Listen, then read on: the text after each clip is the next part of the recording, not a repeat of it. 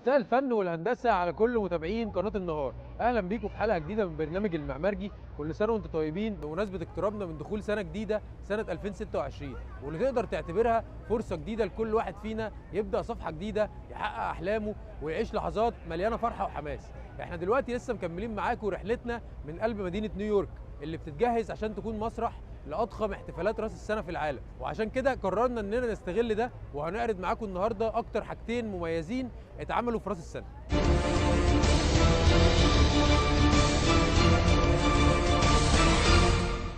اول حاجه هنتكلم عنها النهارده هي شجره الكريسماس اللي بتعتبر اكبر شجره اتعملت في تاريخ امريكا، ومكانها زي ما احنا شايفين في مركز روكفيلر اللي بيعتبر واحد من اهم معالم نيويورك في موسم الاعياد. والشجره الحقيقه كبيره جدا، جايبينها من ايست جرين بوش، يعني على بعد 150 ميل من المكان اللي احنا واقفين فيه دلوقتي. ارتفاع الشجره دي حوالي 75 قدم ووزنها حوالي 11 طن، ويقال ان هي عمرها اكتر من 60 سنه، وبتلمع وبتنور باكتر من 50,000 لد بالوان كتيره جدا، وبتتوج بنجمه سوروفسكي ثلاثيه الابعاد وزنها 900 رطل، وفيها 3 مليون بلوره. واللي صمم النجمه العملاقه دي هو المهندس المعماري دانيال ليبسكيند سنه 2018. وطبعا التقليد ده مستمر من حوالي قرن تقريبا، بالظبط من سنه 1933 اللي حصل فيها اول احتفال رسمي براس السنه بوجود شجره الكريسماس. والسنه دي الاحتفالات بدات من يوم 3 ديسمبر 2025، والشجره شغاله دلوقتي وهتفضل شغاله باضاءتها طول الايام من الساعه 5 الصبح لحد منتصف الليل، وفي ليله راس السنه هتشتغل لمده 24 ساعه كامله كدليل على روعه الحدث اللي الملايين بيستنوه وبيجوا هنا عشان يحضروه كل سنه. ودلوقتي بقى تعالوا نروح نشوف المفاجاه الثانيه اللي معانا بمناسبه احتفالات راس السنه في نيويورك. يلا بينا.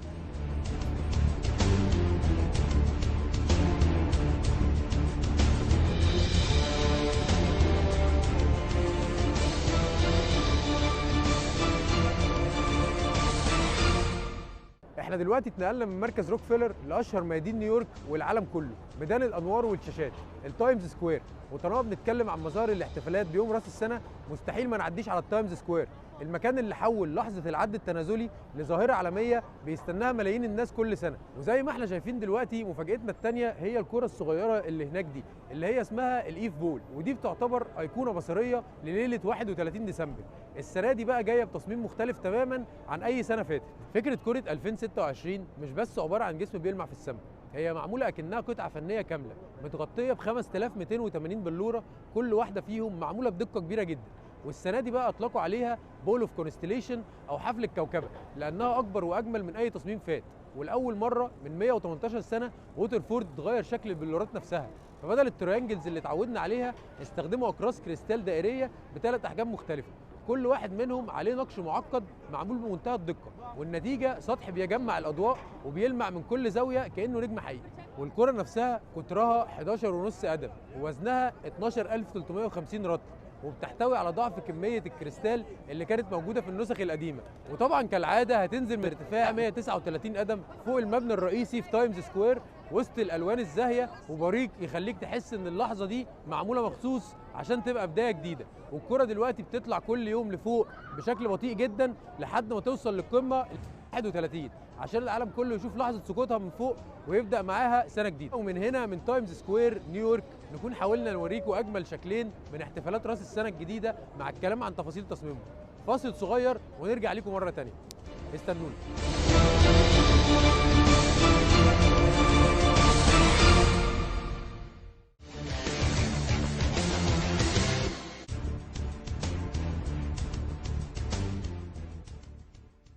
ورجعنا لكم من الفاصل مع فقرتكم المميزه فقره سكتش يومنا.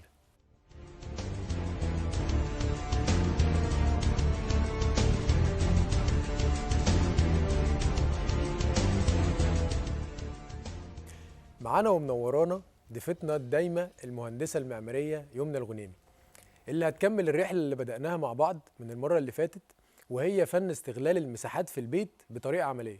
اهلا بيك يا باشمهندسه يمنى. اهلا بيك. قولي لنا بقى ازاي احسن طريقه نوزع بيها الفرش جوه الماستر بيدروم، وامتى نقدر نحط دريسنج روم جوه الاوضه؟ حلو قوي. احنا هنا هنتكلم دلوقتي على بناء على ايه بنقدر نوزع الاوضه بالظبط. وكمان بنرد على اهم سؤال بيجي لنا اللي هو ازاي احط دريسنج في الاوضه وامتى ده يسمح. تمام. ففي الفيديو هنا دي ماستر بيدروم، هنا ده اتجاه الباب وده اتجاه الشباك. احنا دايما لو عندنا السيت اب ده، انا دايما بختار الحيطه الفاضيه اللي في الوش اللي هبدا احط عليها السرير بتاعي. فدايما بنحاول نخلي السرير يا اما يمين يا اما الشباك يا اما يمين السرير يا اما على الشمال، ما يبقاش في الظهر وما يبقاش قدام. عشان ما يضايقش الناس وهي نايمه طبعا. بالظبط. بنسيب عاده 20 سم للستاره. ومقاسات السرير في الماستر بيدروم عاده بتتراوح من متر 60 ل 2 متر، فاحنا على حسب الغرف اللي عندنا مساحتها ايه بنختار. بس في الغرف بتاعتنا اللي هي المتعارف عليها المتر 60 بيبقى افضل. طيب هنسيب قد ايه يمين وشمال السرير؟ انا كواحده واقفه انا محتاجه 60 سم عشان اتحرك. عرض البني ادم بيكون 60 سم وهو بيتحرك. بالظبط. طب عشان اتحرك براحتي وما بقاش حاسس ان الدنيا ضيقه ممكن اخليها ل 75 سم. فاحنا بنسيب يمين وشمال المساحه دي ونبدا نحط السرير بتاعنا ونقفل. ده كده الفراغ اللي انا محتاجاه للجزء بتاع السرير في الماستر بيدروم. قدامه بقى التي في يونت بتاعتي، ويبقى ده كده شكل الجزء بتاع السرير. انا بقى محتاجه عرض قد ايه للجزء ده؟ ممكن يتكلم معايا 3 متر 20 3 30 على حسب المساحات اللي انا سبتها الاوضه بتاعتي تسمح بايه. أيوه. طيب نبدا بقى نتكلم في الجزء بتاع الدريسنج. انا عندي الدولاب العرض بتاعه بيبقى قد ايه؟ 60 سم، اللي هو مسافه ان انا امد ايدي واجيب حاجه من جوه. بالظبط. طيب هحتاج بقى قدامه مساحه قد ايه؟ انا لو هتحرك قدامه 60 سم.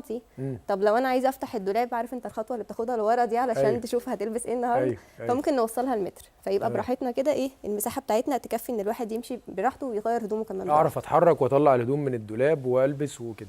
بالظبط.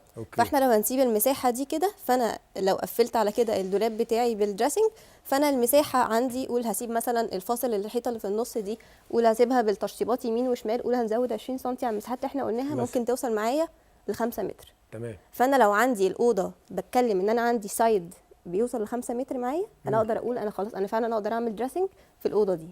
تمام. طيب لو احنا هنبدا بقى نقول لا والله انا عايز دريسنج اكبر، لو الاوضه اكبر بقى ممكن اكبر اكتر. بالظبط. ايه المقاسات الزياده اللي تحكمني ان انا اكبر بقى الدريسنج؟ الاول انا ممكن اعمل زي كتف كده بالحيطه تخليني اعمل الدولاب فيه بقى كانه مدفون، ما يبقاش شايفه السايد بتاعه في مدخل الباب. احلى طبعا. بالظبط. وهسيب ال60 مع ال60، هعتبر ان في واحد بيستخدم هنا وواحد بيستخدم هنا، فانا بقى عندي متر 20 ممكن توصل لمتر ونص، لان انا عندي لو عايزه المكان يبقى اوسع شويه. بالظبط.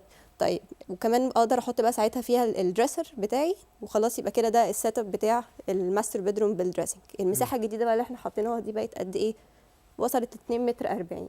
هنزودهم بقى على المساحه اللي عندنا، وبرده هنزود عليهم التشطيبات والحاجات الفواصل اللي في النص اللي هنحطها، تلاقينا وصلت معانا ل 85. 85 العرض. الجزء الثاني بقى قد ايه؟ بالظبط. العرض بقى الطول احنا عندنا مثلا 2 متر للسرير، والجزء بتاع ترابيزه التلفزيون ومساحه الحركه ممكن توصل ل 3 متر 20. احنا بنتكلم مينيمم 23 في 23. وصل منهم سايد ل 5 متر اقدر اعمل دريسنج، انا ساعتها اقدر اعمل دريسنج. حلو جدا. بالظبط. طيب السؤال بقى اللي هو لو جالك الاوضه اللي هو طب 4.5 ينفع؟ لو اقل شويه من 5 متر. يعني لو ما لمستش في ال5 اعمل ايه؟ خلاص هتبقى عارف ان انت هيبقى عندك ضيقت مساحات الحركه، وانت بنفسك بقيت عارف ان انت هتمشي في مكان مش مرتاح، وهتحسسك ان الاوضه ضيقه، مش ان انا استغلتها صح وطلعت منها دريسنج، لا ده انا ضيقت مساحه الاوضه كمان. بالظبط. دلوقتي بقى احنا بعد ما عرفنا ازاي نفرش الماستر بيدروم بافضل طريقه وامتى نقدر نحط دريسنج روم، للاسف احنا فقرتنا خلصت يا باشمهندسه يمنى. نشكرك جدا على تعبك وعلى المعلومات الجميله اللي بتجيبها لنا كل مره. ان شاء الله في الفقرات اللي جايه كمان نتعلم حاجات اكتر ونعرف معلومات اكتر عن الفرش. دلوقتي بقى يا جماعه فاصل صغير ونرجع تاني مع فقره معلومه من المعماري.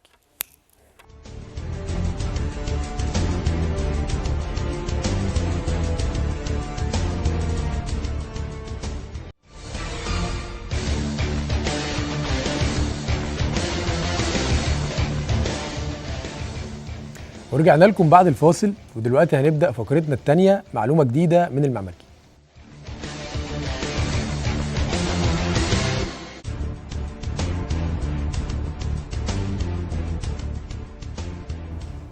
وأول معلومة معانا النهاردة في منتهى الأهمية عن نظام الكشف عن الدخان والحريق الذكي اللي أنا شخصياً بسميه المنقذ. في الفترة اللي فاتت شفنا حوادث كتير بتحصل في البيوت بسبب الحرايق، اخرها الحادث المؤلم اللي راحت ضحيته الفنانه الجميله نيفين مندور رحمه الله عليها. فتخيل بقى انك تبقى بره البيت او نايم وفجاه يحصل دخان او بدايه حريق جوه شقتك من غير ما تحس ولا اي حد من اسرتك ياخد باله. السؤال المهم بقى هنا يعني مين اللي هيلحقك في الموقف ده؟ والنهارده بقى الحمد لله الموضوع بقى اسهل وامن بكتير، لان بقى فيه انظمه كشف الدخان والحريق، انظمه ذكيه بتستخدم في البيت كله. جهاز صغير زي ده مهمته يكتشف الدخان بمجرد انتشاره في البيت او لو في تسريب غاز. مش بس كده، ده ممكن كمان يديلك انذار صوته عالي جدا في المكان يصحيك، ويبعت اشعار وتنبيه فوري على الموبايل حتى لو انت بره البيت.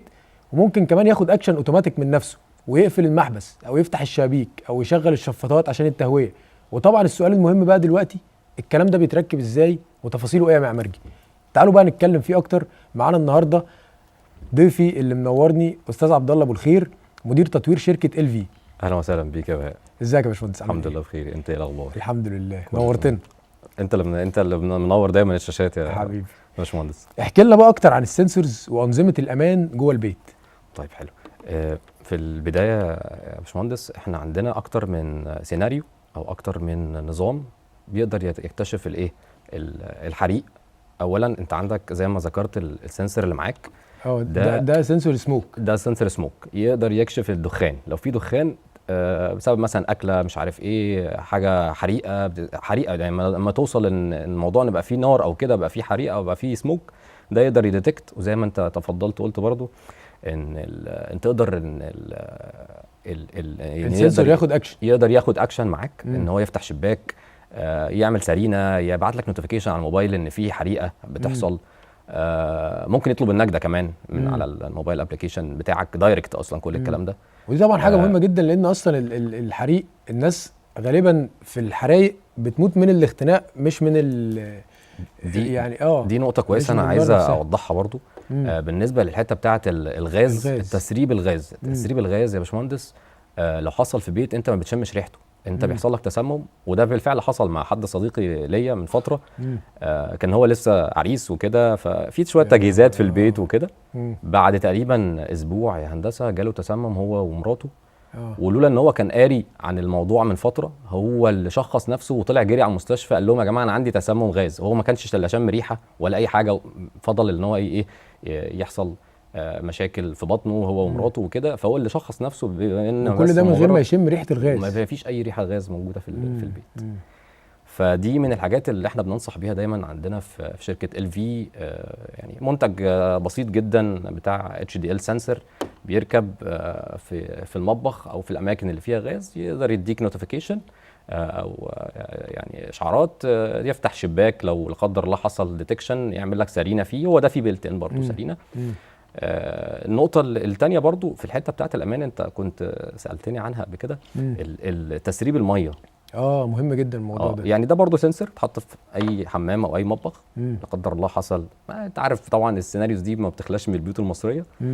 بتلاقي مثلا الحمام غرق وغرقت الشقة والمية عمالة مكملة بسبب حاجة سربت مية أو بتاع، وبتفضل في الاخر تنشع بقى بعد كده على الجيران وتعمل مشكله تلاقي يعني والله حصل عند جار ليا ضرر كبير جدا بسبب حاجه زي كده، وعمال ينقط علينا بقى طبعا وبهدل العماره ومش عارف ايه، بسبب يعني ان هو بس بيضر نفسه بيضر جيرانه كمان. بس فمجرد ان هو ساب كان مسافر وحصل المشكله دي، مش مجرد بقى ان هو مشى الميه وخلاص والامور تمام، لا هو السقف بقى شرب ميه، بالحيطان كلها بدات تبوظ، الارضيات الخشب كلها باظت، لمجرد انه ما كانش موجود 3-4 ايام في البيت. فسنسر زي كده بسيط جدا بيديك نوتيفيكيشن، وبيقدر بعد كده يقفل المحبس. سواء برضو نفس الكلام في الغاز، ده برضو بيقفل المحبس، وده في الميه برضو بيقفل المحبس. اجهزه مهمه جدا جدا حقيقي. جدا، وانا بشوفها ان هي مش رفاهيه، هي بقت ضروريه دلوقتي في كل بيت. صحيح. بشكرك جدا يا باشمهندس عبد الله. اشكرك يا باشمهندس، نورتنا. انا بشكرك. فاصل صغير ونرجع لكم تاني.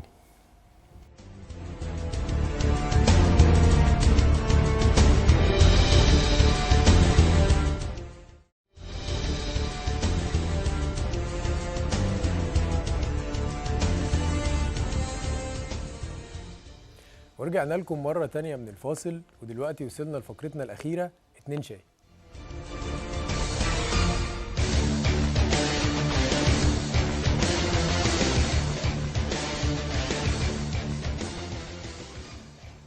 الفقرة دي بقى احنا بنقعد فيها مع ضيوفنا قاعدة رايقة كده نتعرف عليهم أكتر، والنهاردة احنا معانا ضيفنا المميز باشمهندس أحمد حسين، المهندس المعماري، واحد من أهم الديزاينرز في الوطن العربي، ومن الناس اللي أنا بحبهم جدا على المستوى الشخصي وبحب شغلهم جدا. هتعرف عليه أكتر النهاردة وعلى أهم المشاريع اللي نفذها. منورني يا باشمهندس، كل سنة وانت طيب. ده نورك، وانت طيب يا حبيبي. في البداية بقى أهم حاجة يا ابن اول سؤال نبدا بيه، 2 شاي ولا 2 قهوه؟ لا 2 قهوه طبعا. طبيعي. طبيعي يعني. مكتب بقى، المكتب قهوه، الموقع شاي على طول. تمام. طيب قول لي بقى، شايف في الديزاين بروسيس هتتغير ازاي مع وجود الاي اي؟ لا هي هتختلف تماما يعني. احنا مؤخرا من مثلا هنتكلم من في شهر مثلا فات او شهرين، ظهر تولز جديده ما كانتش موجوده قبل كده وتطورت. هي كانت موجوده اوريدي بس تطورت تطور جامد جدا.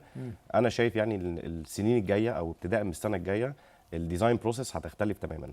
يعني حتى لما كنت بتفكر في سكتش او بترسم حاجه او بتقعد تتفرج على افكار عشان تبتدي تغذي المخزون اللي عندك عشان تبتدي تديزاين حاجه، انت دلوقتي ممكن اي فكره بتفكر فيها تبتدي تشوفها صوره وتاخد الفكره دي تطورها يبقى مشروع على طول. فكان الاول بنشتغل زي ما انت فاهم الاوتوكاد وال3 دي ماكس وبعد كده الفوتوشوب عشان تبتدي تعمل برزنتيشن للديزاين بتاعك. دلوقتي التولز اختلفت شويه، انت ممكن بتشتغل بحاجه زي ديسكورد مثلا اللي هو الميد جيرني، تبتدي تطلع بيه الفكره المبدئيه الاول وبعد كده البلان بتاعك اللي انت بترسمه. مثلا لو بنتكلم على ليفينج روم، فانت وزعت الفرنتشر بلان بتاعك، حطيت الكنبه وحطيت التلفزيون والحاجه بتاعتك، ده ممكن تقوم مدخله على نانو بنانا، تبتدي تقول له انا عندي البلان ده وعندي الصوره الريفرنس دي اللي انا بفكر تبقى حاجه شبه كده. فممكن تحول لي ال2 دي بلان ده ل3 دي بالشكل ده. لو انت عايزه زيه بالظبط هيبتدي هو يظبط لك كل حاجه وبيطلع لك تقريبا نفس الاليمنتس ونفس كل حاجه، بيحول ال2 دي ل3 دي. هو بيحدد كمان، يعني احنا كمان بنحدد له الليفل بتاع عايز الصوره تبقى اقرب قد ايه للريفرنس بالظبط. عايز يغير فيها، ممكن تخليها هي بالظبط، ممكن يطلع حاجه قريبه ليها. بس هو الاحلى بقى ان انت مش هو ده الديزاين لغايه دلوقتي، هو الاحلى التعديل بعد كده. انت طلع لك صوره خلاص بالمقاسات مظبوطه، حاطط حاجه قريب من الموديل اللي انت عايزه، وبعد كده تقدر تعدل بمنتهى السهوله. يعني تقدر تقول له لا شيل لي الكنبه دي وتحط في الاليمنتس مثلا اللي عندك كنبه انت عايزها بلونها بقماشتها بكل حاجه، يغير لك الكنبه. لا غمق لي لون الارض، لا السقف انا محتاج فيه يبقى سبوتس مثلا في الحته الفلانيه، شيل النجفه دي وحط دي. فهنا انت اللي بتديزاين. هو مش الاي اي هو اللي هيعمل الديزاين يعني، او الذكاء الاصطناعي هو اللي بيكريت، انت اللي بتكريت. بس هي التول بقت سهله. ايوه وبقت يعني هو الديزاينر هو اللي سايق بالظبط. بس يعني ايه بيساعدنا ان احنا نطلع هو بيوفر لك وقت ويوفر لك مجهود. لو انت يعني بيزنس اونر او عندك مكتب، ده طبعا بيفرق معاك في التيرن اوفر بتاع المشاريع. انت بدل المشروع يقعد عندك بالثلاث 4 شهور، لا هو ممكن يعني في المستقبل خلاص الموضوع 10 ايام تكون مطلع مثلا برزنتيشن مثلا يعني. أيوه. بس طبعا هو احنا ستيل لسه بنجرب ولسه في حاجات ميسنج، بس انا متوقع ان هي هتوصل قريب جدا ان هو خلاص احنا هننتقل لده. احنا لسه ما انتقلناش 100%، بس هو ده المستقبل عامه يعني. متحمس جدا اشوف البروجكتس اللي هتعملها بالاي اي بقى. وانا كمان انا بجرب لسه لغايه دلوقتي يعني. طيب تعال نشوف كده مع بعض بروجكت من البروجكتس الجميله اللي وريتها لي. عندي في مشروع كان فيه تشالنج مختلف شويه. المشروع ده كان عندنا بيزمنت وارضي واول، ومساحه الارض كبيره جدا. الارض كبيره جدا ومساحه البونه كانت قليله. بالظبط. والكلاينت كان ليه يعني طلبات ان هو محتاج يزود مساحه المباني. واحنا مش عارفين نبني على وش الارض يعني. فاحنا جات لنا فكره بما ان الارض كبيره، فابتدينا نخش تحت الارض. ده البلان بتاع الجراوند بالظبط. وفتحنا انجلش كورت كبير عشان ينور لي البيزمنت، وابتديت اوزع حوالين ده. دي الرسمه البيفور. ده اللي تحت الارض اللي هو البيزمنت الاساسي بالظبط كده. طبعا رحنا ضامنين المساحه تقريبا تقريبا في حدود 70% من مساحه الارض. تقريبا 70% من مساحه الارض. وفتحنا الفتحه بتاعت الانجليش كورت الكبير ده، وابتدينا نوزع الفراغات اللي احنا عايزينها حوالين بحيث تبقى الاضاءه الطبيعيه داخله والتهويه والشمس. وفتحنا سكاي لايتس كمان في حتت معينه زي الاندور. مشروع جديد خالص تحت الارض بالظبط. فاحنا طلعنا تقريبا مساحه قد مساحه الفيلا في الثلاث ادوار اللي كانت موجوده قبل كده، عملناها تحت الارض. هي الفكره في التحدي يعني في المشاريع اللي زي كده، انت ازاي هتستغل المساحه وازاي مش هتخلق بدروم مضل. ما هو انا ممكن ازود البدروم، بس انا فكره الفتحات اللي هي تبقى انجلش كورت او سكاي لايت عشان تدخل تهويه واضاءه طبيعيه، هي دي اللي بتدي روح، او هي دي اللي بتشغل المكان وبتخليه فعلا انا هستخدم البدروم، انا مش هيبقى مخزن او هيبقى مساحه مظلمه. فدي كانت من يعني الحلول او من المشاريع اللي فيها تشالنج شويه، انك تطلع حاجه تبقى مستخدمه فعلا. قسمت بقى البيزمنت في فانكشنز معينه، قول لي قسمته ازاي؟ قسمت البيزمنت ايه والارضي ايه وفي الدور الاول ايه؟ احنا الارضي كان كده فيه اللي هو الدور الطبيعي اللي هو بيبقى فيه مثلا اوضه مكتب وحمام الضيوف، وبعد كده الريسبشن والدايننج اللي هو الدور بتاع الضيوف. الدور الاول بيبقى فيه اوض النوم، وكان البيزمنت في الاول كان مستخدم ان هو خدمات، بس احنا كان الكلاينت ليه متطلبات اكتر من ان هو بس يبقى خدمات، هو محتاج فاسيلتيز تانية زي مثلا جيم، عايز يعمل اندور سويمنج بول، عايز يعمل هوم سينما، عايز يعمل يوجا روم. فالمتطلبات دي هي اللي ابتدينا نحطها في البيزمنت، وزودنا عليهم ريسبشن كبير قوي بدايننج اريا او بمنطقه ممكن تبقى تنفع في تجمع في حفله، وليها اكسس اندور او دور، يعني ينفع يفتح الازاز من جوه يطلع لبره او يستخدم المكان كله على بعضه. وحطينا غرف للضيوف وحطينا الخدمات كمان معاها تحت. فبقى ممكن نشوف الصور بقى بتاعت الدور الارضي بتاعت البيزمنت، الصور بتاعت البروجكتس واحنا بنتكلم.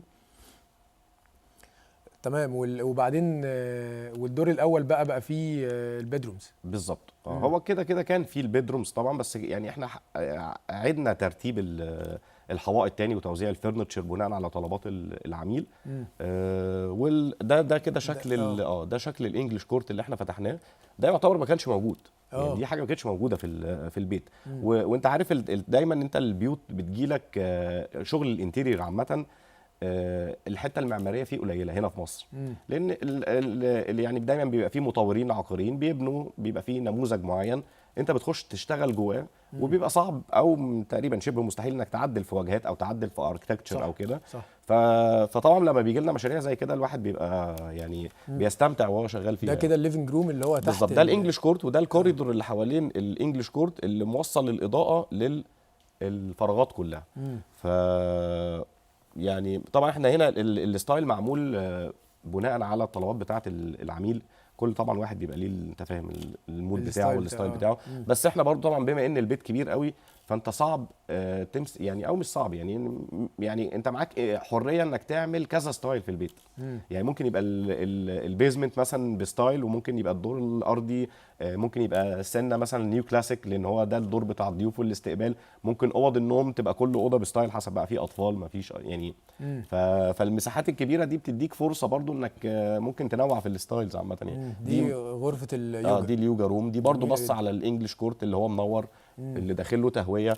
فكل الفراغات تقريبا اللي في البيزمنت يعني متهويه، مش هتحس انك في بيزمنت.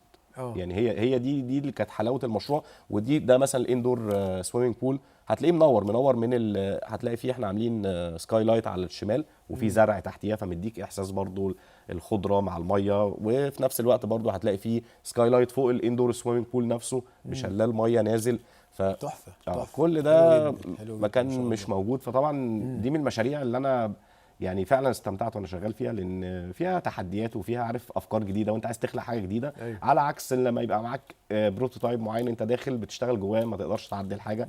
اخرك بتعدل في الحواضر الداخليه يعني. والله يا باشمهندس يعني دايما بتوري لنا بروجكتس جميله وديزاينز تحفه كده زي البروجكت ده. ربنا يخليك. طيب خلينا ندخل بقى دلوقتي على فقرتنا الاخيره معاك يا باشمهندس احمد، اللي هي اسال المعماري. تمام.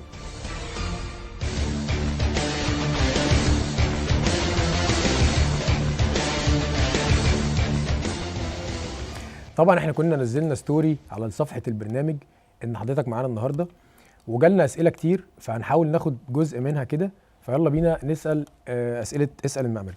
اول سؤال معانا من سمر، هي بتسال المفروض الديزاينر يعمل ايه عشان يكون ليه بصمه مميزه تميزه عن غيره ويتعرف بيها. لا بص، هو موضوع ان اعمل حاجه معينه عشان يبقى ليا بصمه او يبقى ليا ايدنتيتي، دي هي ملهاش مانيوال، ملهاش كتالوج. هو كل واحد ربنا خلقه ليه البصمه بتاعته اوتوماتيك يعني. صح. في اي مجال سواء انت مهندس ملحن اي حاجه فيها كرياتيفيتي عامه، دي حاجه من عند ربنا يعني. انت بيبقى ليك ذوق معين او طريقه معينه بتطلع في الشغل بتاعك. لكن النصيحه انك انت تحاول يعني لو حد لسه متخرج يعني حاول يتفرج كتير ويشوف مشاريع اكتر. عينه هتتعود على النسب المظبوطه، عينه هتتعود على الالوان، الماتشنج بتاع الالوان بيحصل ازاي، الماتيريالز بيستخدمها ازاي. فكل ما هيتفرج اكتر كل ما هيبقى عنده اوتوماتيك خلاص بيبقى جوه العقل الباطن بتاعه ان هو ده الطبيعي. لما يبتدي يشوف حاجه فيها نشاز او كده مش مظبوطه عينه ما بترتاحش. فهو الفرجه الكتير هي اللي بتخليه يبقى كديزاينر. واعتقد ان يمكن كمان من كتر الشغل بتلاقي ان في حاجات مثلا معينه انا بحب اعمل دي بالشكل ده، بتلاقي ان انت من نفسك بتعملها اكتر من مره، فدي بتبقى البصمه بتاعتك بالظبط. هي بتطلع اوتوماتيك خلاص. انت بتبقى ليك ذوق معين وليك ستايل معين هو بيبان اوتوماتيك لوحده يعني. بس النصيحه انك لو انت لسه متخرج لا اتفرج كتير وشوف مشاريع كتير وغذي عينك يعني. طيب ناس كتير برضو كانت بتسال فكره ازاي بتختار الديزاينرز اللي بيشتغلوا معاك؟ احنا عامه بنعين فريش جريد لسه متخرجين وبنعين ناس خبره. انا بيبقى متطلبات عندي ان حد يبقى عنده بس السنس والعين بتاعه الديزاينر مش اكتر. كده كل حاجه الناس بتتعلمها وبتتطور، سواء تولز معماريه بنشتغل بيها او البروجرامز عامه يعني. فانا طبعا لازم يبقى مؤهل بالبرامج دي يبقى معاه.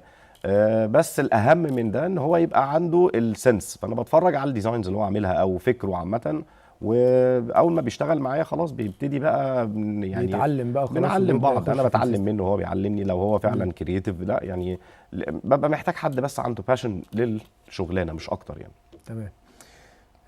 طبعا الوقت مع حضرتك بيعدي بسرعه جدا يا باشمهندس احمد. ربنا يخليك يا حبيبي، والله اتبسطت معاك والله حبيبي والله انا اكتر. وصلنا لنهايه حلقتنا. اشكرك جدا يا باشمهندس احمد. ربنا يخليك. ودايما في تطور ودايما في تقدم. ربنا يخليك وشرفنا، وكل سنه وحضرتك طيب. وانت طيب يا حبيبي. وطبعا كل سنه وكل الجمهور المصري والعربي واخواتنا المسيحيين بخير. وطبعا مستنيين اسئله اكتر منكم، بعتوها لنا على صفحه البرنامج اللي ظاهره قدامكم على الشاشه دلوقتي. وبكده تكون رحلتنا خلصت مع المعماري النهارده. استنونا الاسبوع اللي جاي في رحله جديده. سلام.